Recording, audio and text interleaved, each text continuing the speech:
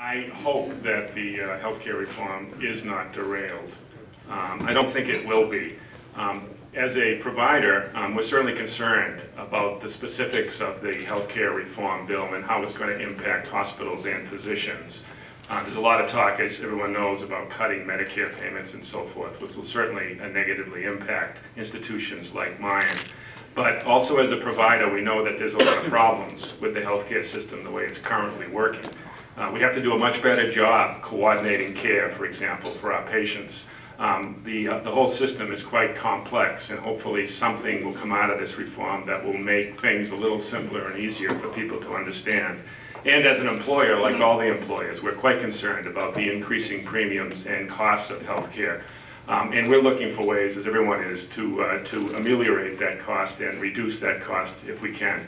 But I do hope it doesn't get derailed. I don't think it will get derailed, and it's important, in my opinion, that some form of health care reform does get passed. Thanks, Frank. Boy, if you give someone enough microphone cord, I don't know what's supposed to happen. But anyway, as an insurer, this is an issue that we've been very close to, and we've been working very diligently down in D.C. and at the state level so we can protect the small businesses that we serve, the large businesses that we serve, and also the seniors. As Frank mentioned, there's a lot of proposed cuts to Medicare. Speaking not as an insurer, but just sort of as with a political hat on right now, looking at it, I think there's going to be some impact.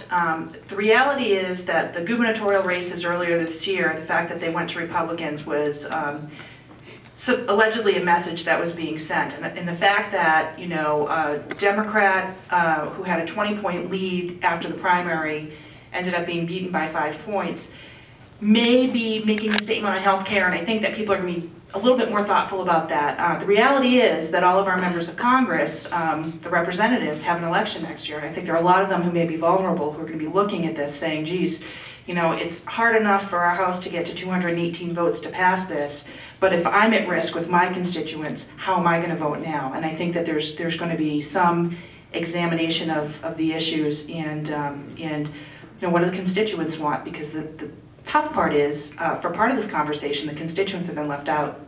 So, I came here today with the sole goal of not upsetting the guys down to the left. So, pardon me if I do. I think that this is a great opportunity for leaders like Senator Moores down at the end of the table to look at this problem from two areas: from not focusing on expansion, for one, and focusing on quality, but also in looking at the cost. Is that we're all providers in some way, shape, or form of a product. And when our costs go up, our prices go up. And for us to provide a quality product to people in this area, we have to keep costs down and focus on quality. So I hope it's not dead, because I agree with Frank that we need some sort of fix to this, but it has to be focused in really on cost and quality and not on expansion. Actually, as an insurance broker, I do deal with many employers throughout the years. The cost of health care has just eroded the employee benefits because employers, you've heard it here, want to give a quality benefit to their employees, but the cost, the trade-offs of benefit and premium is forcing employees to pay a lot more in deductibles, and we have to get beyond the access. I can't agree with you more. We have 97% of the employees, the citizens in this state insured. The cost of doing that is astronomical, so I believe the focus has to be more on cost, and I really hope we continue the reform on that basis.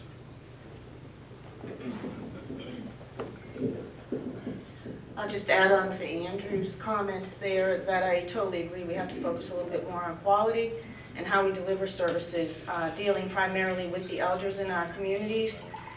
There's a lot of issues out there in how their services are delivered and what they may be eligible for.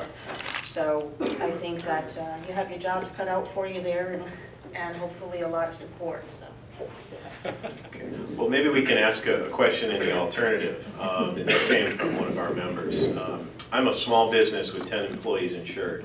What can I expect to be the impact on my group insurance premiums